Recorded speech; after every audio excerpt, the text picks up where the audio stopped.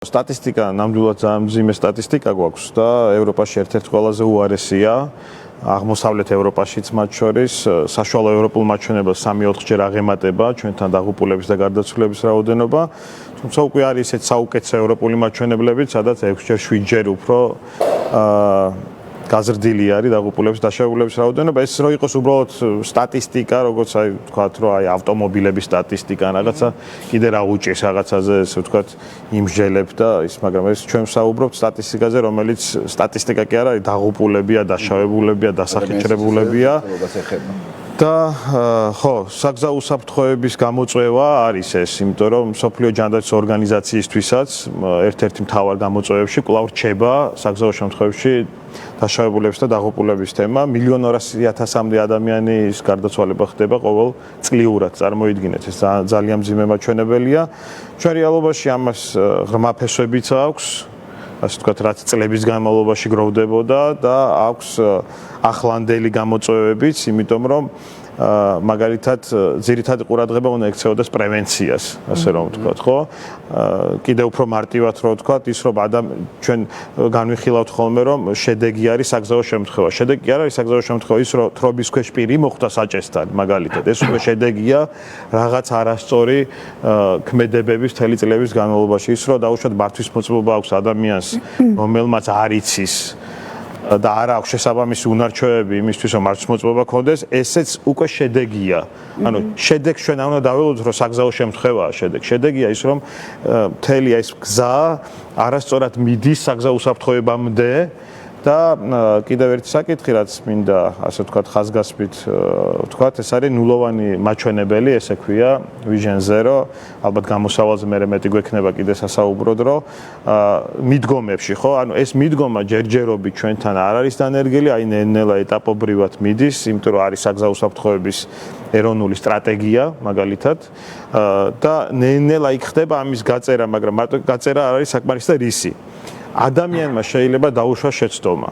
ამას უკვე მთელი მსოფლიო უყურებს ჩვეულები, რომ მარტო ეს ძველებური მიდგომით ვიღაცას რაღაც შეეშალა და მიხვიდა და ასე ვთქვათ, მათრახი გადაუჭირო, ეს პრევენციული ღონისძიება ვერ იქნება, იმიტომ რომ თუ იმ ადამიანმა არ იცის, ან შეცდომას უშვებს, ან ჯანმრთელობის მდგომარეობა გაუარეს და ხო 1000 რამ შეიძლება მოხდეს გზაზე, ადამიანმა შეიძლება დაუშვას შეცდომა, მაგრამ ის შეცდომა არ უნდა გახდეს დაღუპვის მიზეზი. ეს არის თანამედროვე მიდგომა დღეს და ამიტომ ქვია მას ნულოვანი მაჩვენებელი დაღუპულების გზებზე.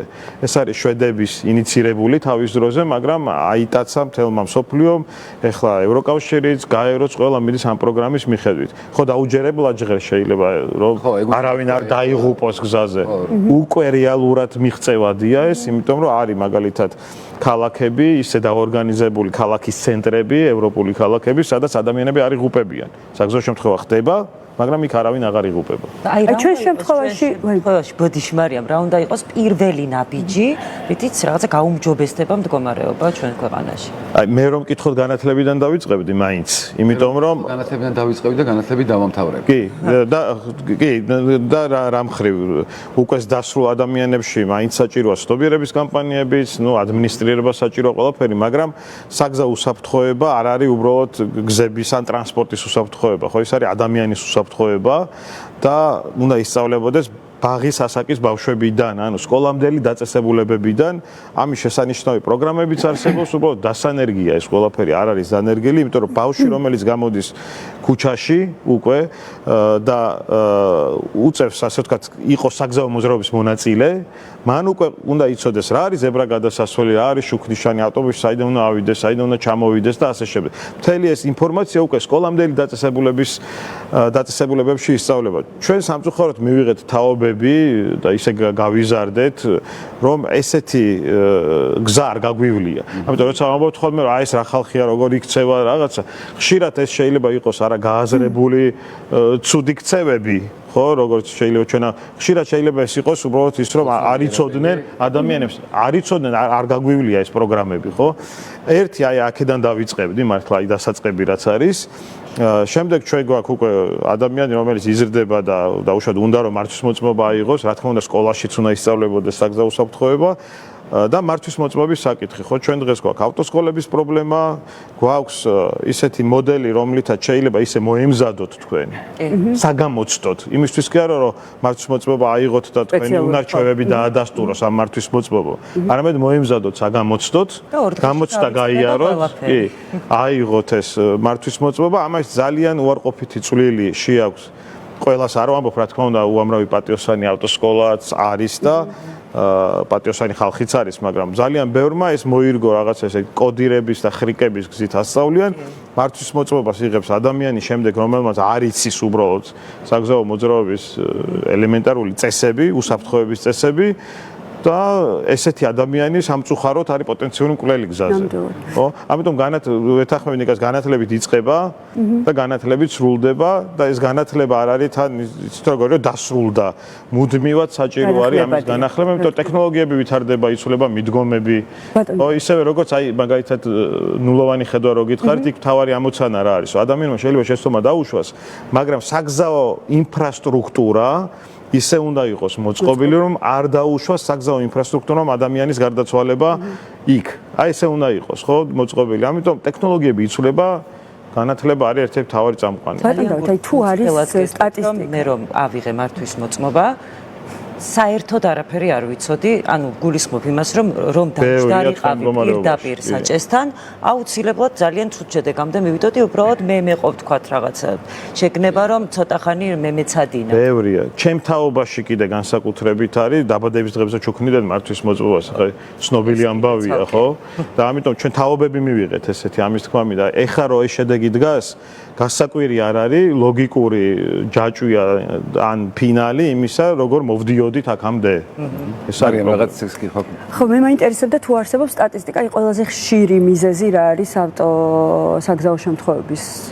სტატისტიკა არის, სტატისტიკას ჩვენთვის ერთ-ერთი გამოწვევა, ვინც ამ სფეროში კვლევარები ვართ, იმიტომ რომ დაზუსტებული არ არის ყველაფერი, ხო? ანუ აი მაგალითად არის არასწორი მანევრირება, ყველაზე მეტი შემთხვევა, მაგრამ ეს არასწორი მანევრირება შეიძლება იყოს უამრავნაირი, არ ვიცით რომელი კონკრეტულად, არ ვიცით მაგალითად, მაგრამ ვიცით რომ სიჩქარე ეს ყველა კვლევა აჩვენებს ამას, რომ სიჩქარე არის და სიჩქარის გადაჭარება ის თავარი დარღვევა, რომელიც კლავს ეს საერთაშორისო დონეზე არის აღიარებული, როგორც კვლელი დარღვევა.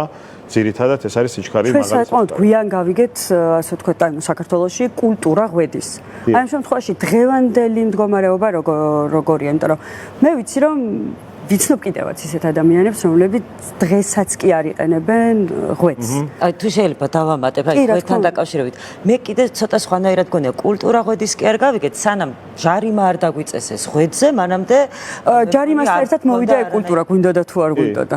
ხო, ჯარიმა მოვიდა. კიდევ ერთხელ, იმიტომ რომ არ ვიცოდით, არ იცოდა ხალხმა, რომ ეს იყო სასარგებლო, უფრო მეცაც გეტყვით, ერთხელ დებატებში ვიყავით და მოწინააღმდეგები, ვინც იყვნენ ღვედის გამოყენების, ის მთელი სერიოზულობით მიმტკიცებდა, რომ ქართველი კაცს ვერ დააბამ იმაზე, სკამზე.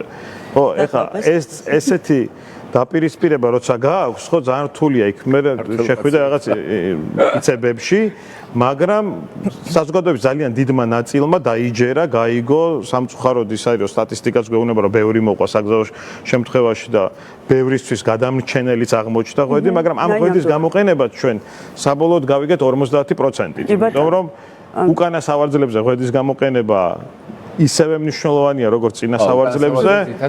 და აი გეთახმებით, რომ იქ რახან ვალდებულება იყო შემოღებული წინა სავარძელებზე, ამიტომ ნელა გადავართ ალბათ. უკანა სავარძელზე იმიტომ მნიშვნელოვანია, უკანა სავარძელზე ღვედით არ არის ადამიანი მოთავსებული. ამ შემთხვევაში შეჯახების შემთხვევაში ის ეჯახება წინა სავარძელს და წინა სავარძელზე ღვედი უკეთია თუ არა ადამიანს იმისთვის პრაქტიკულად აზრს კარგავს.